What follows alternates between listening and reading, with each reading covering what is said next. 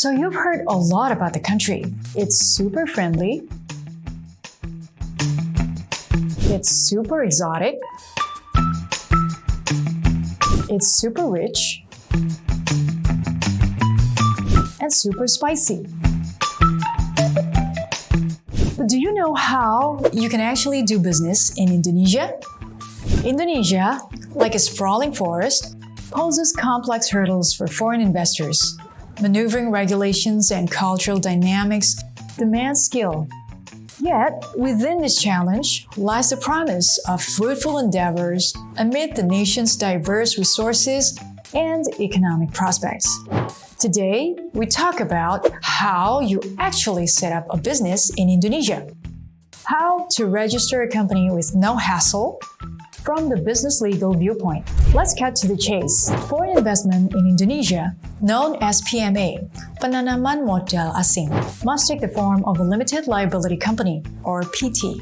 A limited liability company is a legal entity that limits the liability of shareholders to the extent of the capital invested in the company. The regulations for establishing a PMA in Indonesia refer to the provisions of the Limited Liability Company Law No. 40 of 2007, as amended by the Job Creation Law No. 6 of 2023.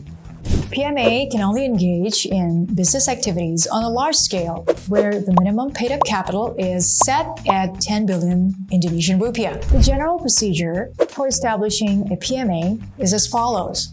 First, know your KBLIs, or understanding the positive investment list, to determine whether a business activity may be operated by a PMA and whether foreign ownership in the company is restricted. You need to identify the field of business to be undertaken. In previous eras, the term often used was the negative investment list. The word negative refers to sectors or business fields that may not be operated or entered into by a PMA. The negative investment list distinguishes between sectors that are closed and open to foreign investment. Following the enactment of the Omnibus Law on Job Creation, the government introduced the term positive investment list.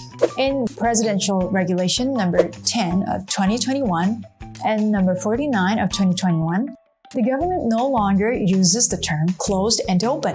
The positive investment list is divided into three categories. Namely, 1. The priority sector refers to businesses that meet certain criteria, such as being part of a national strategic program, needing a lot of investment, providing jobs, using advanced technology, leading in their industry, focusing on exports, and or being involved in research and innovation. 2. Business sectors designated for partnerships with cooperatives and MSMEs include activities that do not utilize advanced technology or only employ basic technology, as well as those with specialized processes, high labor intensity, and a cultural heritage passed down through generations. The maximum allocated capital for businesses in these sectors is capped at 10 billion Indonesian rupiah, excluding the value of land and buildings. 3. Business sectors with specific requirements. These are those that may be operated by all investors, including cooperatives and MSMEs, who meet certain criteria.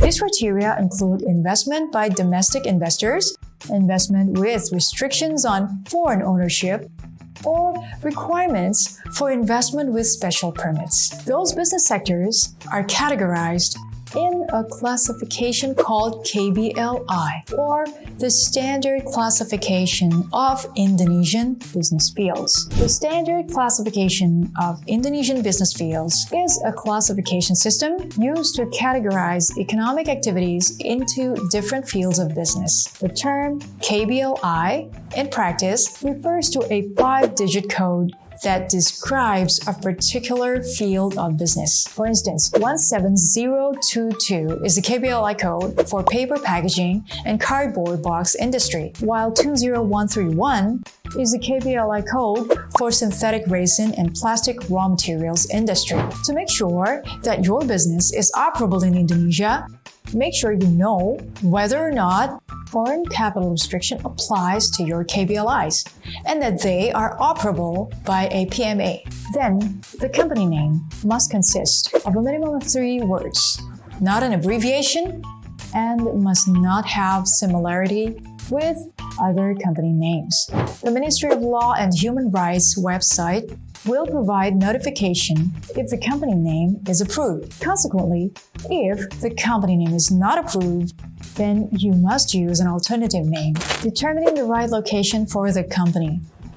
The business location must comply with the spatial requirements specified for the chosen KBLI for large-scale businesses. Failure to comply will result in being denied further business licenses, meaning your company may have already been registered, but you are not allowed to start operation whatsoever.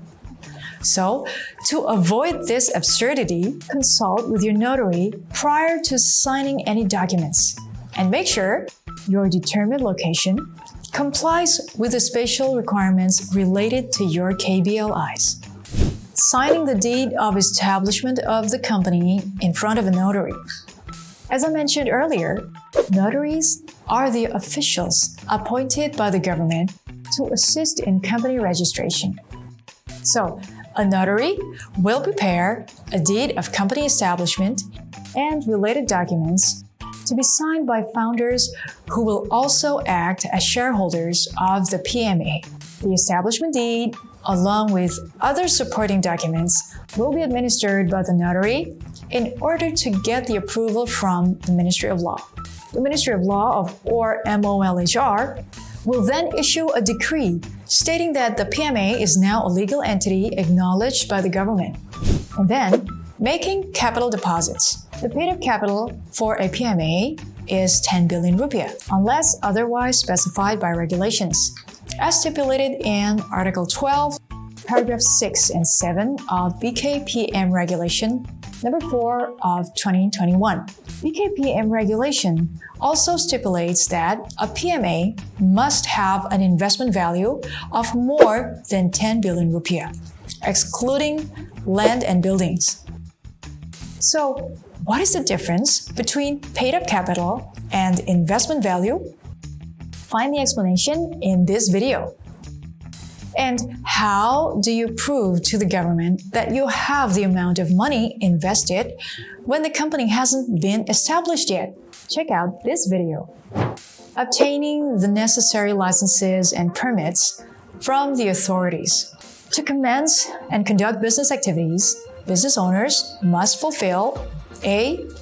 Basic requirements, namely compliance with spatial utilization activities, environmental approval, building permit or PBG, and certificate of occupancy or SLF, and or B. risk-based business licensing.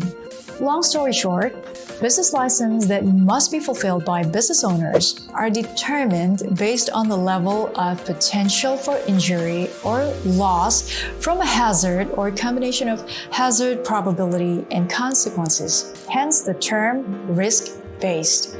Now, business licenses for PMA will be issued by the OSS institution, which is under the authority of the central government.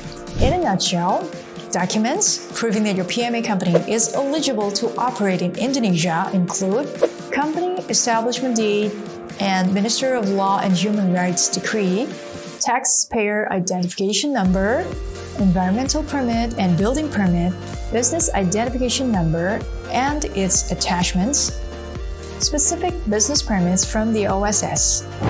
You may then hire locals or foreign employees and comply with labor laws. Like and subscribe to get more details and guidance on how to start a business in Indonesia. And may your business ventures be as spicy as our local sambal.